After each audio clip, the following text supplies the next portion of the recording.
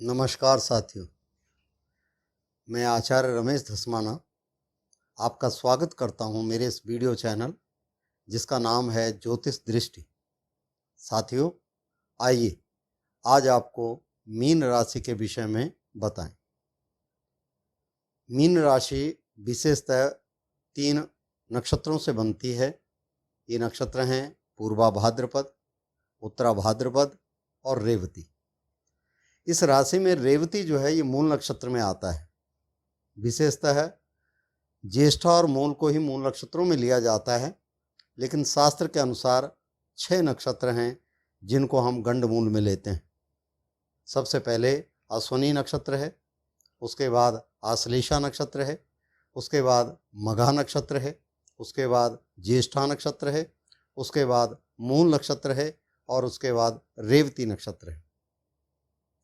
मूल नक्षत्र में जिन जातकों का जन्म होता है उनके लिए कई कई विद्वान मूल शांति कराते हैं, परंतु इन नक्षत्रों की भी शांति करनी चाहिए जो गंड मूल नक्षत्र में जातक उत्पन्न होते हैं। यदि इनकी मूल शांति करा दी जाए तो जीवन में किसी प्रकार का कोई व्यवधान नहीं पड़ता। तो आइए साथियों, मीन राशि में जन्म लेने वाले जातकों का जिनका नाम अक्षर द हो, जिनका नाम अक्षर झा हो, दू हो, था हो और चा हो, उन जातकों का नाम अक्षरों के अंदर प्रथम अक्षर ये आता हो, उनके द्वारा ही मीन राशि बनती है। मीन राशि का जो स्वामी है वो गुरु है। मीन राशि में जन्म लेने वाले जातक सुंदर, सुशील, आकर्षक मुंडल वाले और गोरा रंग रूप, लेकिन कृशकाय शरीर, थोड़ा सा मध्यम कद होता है। ये जातक जो है गुरु की दृष्टि के कारण संवेदनशील होते हैं। बाल्यावस्था में इनको शारीरिक कष्ट होता है और शारीरिक कष्ट विशेषतः 1 वर्ष में, 3 वर्ष में, 5 वर्ष में, 7 वर्ष में, 9 वर्ष में और 11 वर्ष में होता है। उसके बाद सने सने जैसे जातक बढ़ते हैं तो वर्ष 14 और 15 में इनको चोट लगने का भय होता है। इन जातकों का भाग्योदय विशेषतः 24वें वर्ष में, 28वें वर्ष में, 32वें वर्ष में, 35वें वर्ष में, 37वें वर्ष में और 45वें वर्ष में होता है।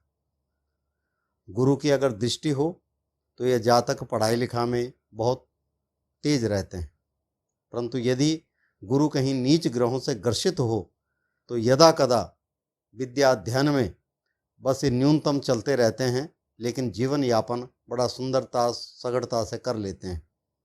ऐसे जातकों का मानसिक विकास बड़ा उच्च रहता है, तर्क वितर्क में बहुत तेज रहते हैं। ऐसे जातकों का समाज में काफ़ी नाम होता है और यह मित्र अधिक बनाते हैं, इनके शत्रु बहुत कम होते हैं क्योंकि मृदुभाषी होते हैं। मधुर वाणी के द्वारा ये सबको अपना चहेता बना लेते हैं।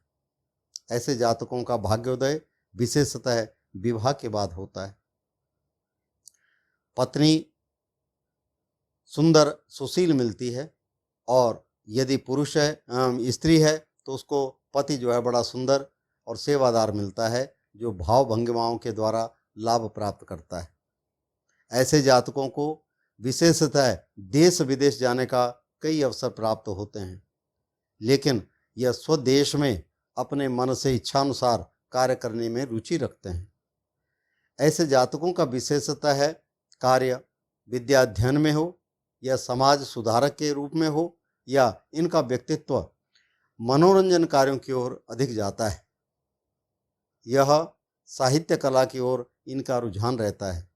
ऐसे जातकों को विशेषतः जीवन में अनेक उतार चढ़ाव देखने पड़ते हैं, लेकिन धन की इनको कभी कमी नहीं होती।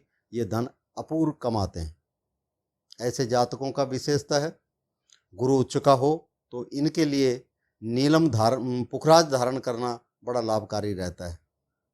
अगर स्त्रियां हैं, कन्याएं हैं, कन्याओं के लिए पन्ना धारण करना लाभकारी रहता है। ऐसे जातक परिवार के लिए सुख ऐश्वर्य सदैव संपन्नता के ऊपर करते हैं, या अपनी इच्छाओं का दमन करके दूसरे कार्यों की ओर रुचि लेकर के और उस कार्य क्षेत्र में अपने आप को अग्रसर करते हैं। समाज में मान प्रतिष्ठा लेने के लिए अनेक प्रकार के कार्यों को करते हैं। ऐसे जातकों को समाज में ऊंचे ऊंचे हाथों में लिया जाता है, सम्मान्य दृष्टि से इनको देखा जाता है और घर गृहस्थी में भी यह बड़ा आनंद प्राप्त करते हैं। धन ऐश्वर्य का सुख भोग कर समाज में एक अलग ही प्रतिष्ठा उत्पन्न करते हैं। साथियों, आज मीन राशि में इतना ही। आगे जैसे जैसे आपके प्रश्न होंगे उनका मैं प्रत्युत्तर देता रहूँगा, इसलिए आप जो है कमेंट बॉक्स में अपनी इच्छानुसार प्रश्नों को बताइए, उनके हिसाब से मैं आपको जवाब देता रहूँगा। तब तक के लिए नमस्कार।